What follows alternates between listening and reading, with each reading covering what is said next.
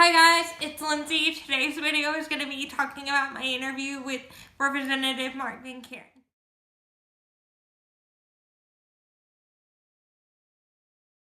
I interviewed Mark Vancuren on 11/20/2018. I have personal experience with Mark Vancuren because he was my former sophomore biology teacher. He was also a basketball coach. I have experience with those in two areas because not only am I into academics, I'm into basketball managing. The first question I asked him was, why did you decide to run for office? And he gave two things that he decided to run for. The first one was education. They had not seen a raise within 10 years, and he was kind of frustrated with that. And on the education issue, our former representative voted no on that issue. The second issue that he had a problem with, he just thought the former legislator that representative that we had different views and something needed to change. He had been a public educator for 30 years. He reached his retirement year. He wanted to do something different, and he decided to run for office. Having me in the general education setting kind of changed his viewpoint on how he viewed people with disabilities. He said that we just needed to focus on accommodations, having access to education in all different kinds of levels. We needed to focus on accommodations, modifications, and he said that I paved the way for that. And he said I was a good student and a people pleaser, which is very, very true. I asked him, what do we need to do to get more people to vote, not just people with disabilities?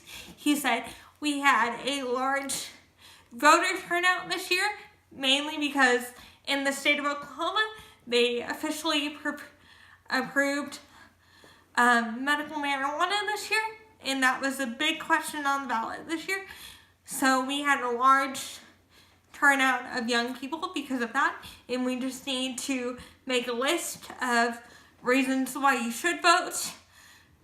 Specifically for those with disabilities, we need to provide access to the voting place through early voting, free rides using Peloton, absentee voting, because not a lot of people with disabilities get out there and take advantage of voting. I asked him about, in Oklahoma, there's a waiting list for disability services, like in-home support waivers and everything. He previously knew of the issue, and he said the money does not need to be taken out of other funds. We just need to find new money to fund this issue. We need to invite legislators to different political meetings, get face-to-face with them, tell them when you vote for this bill, you need to think of me, this affects me.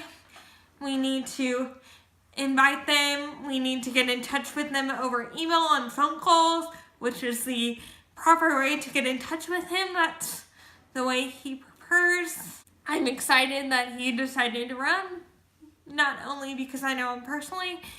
I think he'll do great in office, and he surely listened to me in some of my issues that I had within the legislative pathway and certain political issues I had with our state, because last year Medicaid was not, we almost got cut from Medicaid.